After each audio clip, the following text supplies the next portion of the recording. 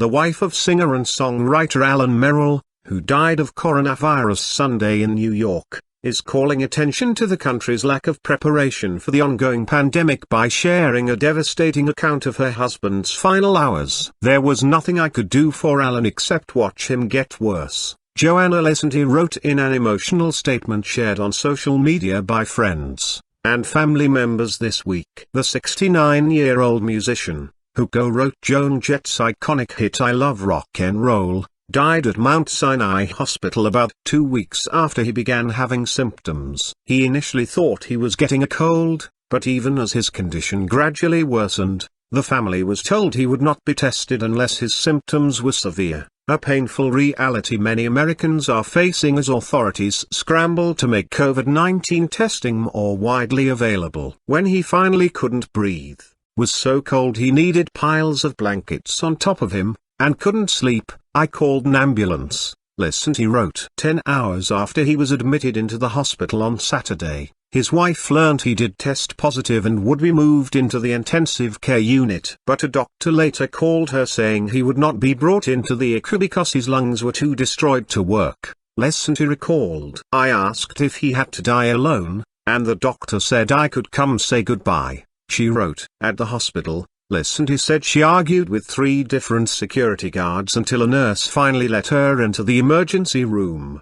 "The doctor who called me came to meet me and apologized and said that his numbers were now better and he was going to be transferred to the ICU where he could get the care he needed," she wrote. But the clock kept ticking and Merrill was still not getting the help he needed. Lesanti said, "My husband should have been moved to the place where the experts who were there on the front lines could help him," she wrote. "Every 15 minutes I would ask when he was going to be transferred and they would say in the next few minutes, but that never happened." When they were finally ready to transfer him around 2:30 a.m. Sunday, Lesanti said she decided to leave as she was exhausted and not willing to battle another group of security guards in ICU. Minutes later, the painful back and forth came to an end. "I walked 3 blocks towards home and the doctor called me to say he was gone.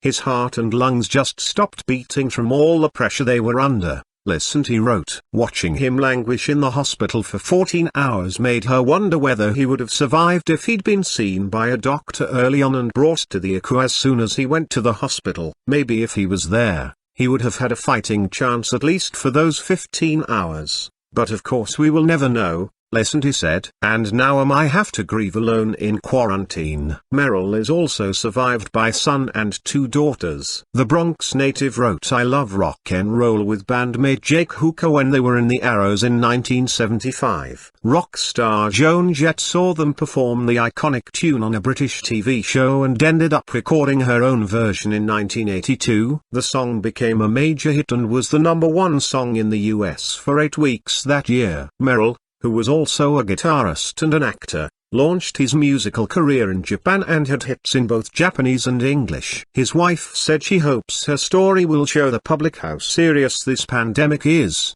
and how ill-prepared the country seems to be. "Please know that I write this not for sympathy, but to let you know the reality of this disease and our country's lack of preparation for it," Lesanti said. "I urge you to really take this seriously, and when the time comes, show your anger to the officials who knew this was coming and did nothing to prepare."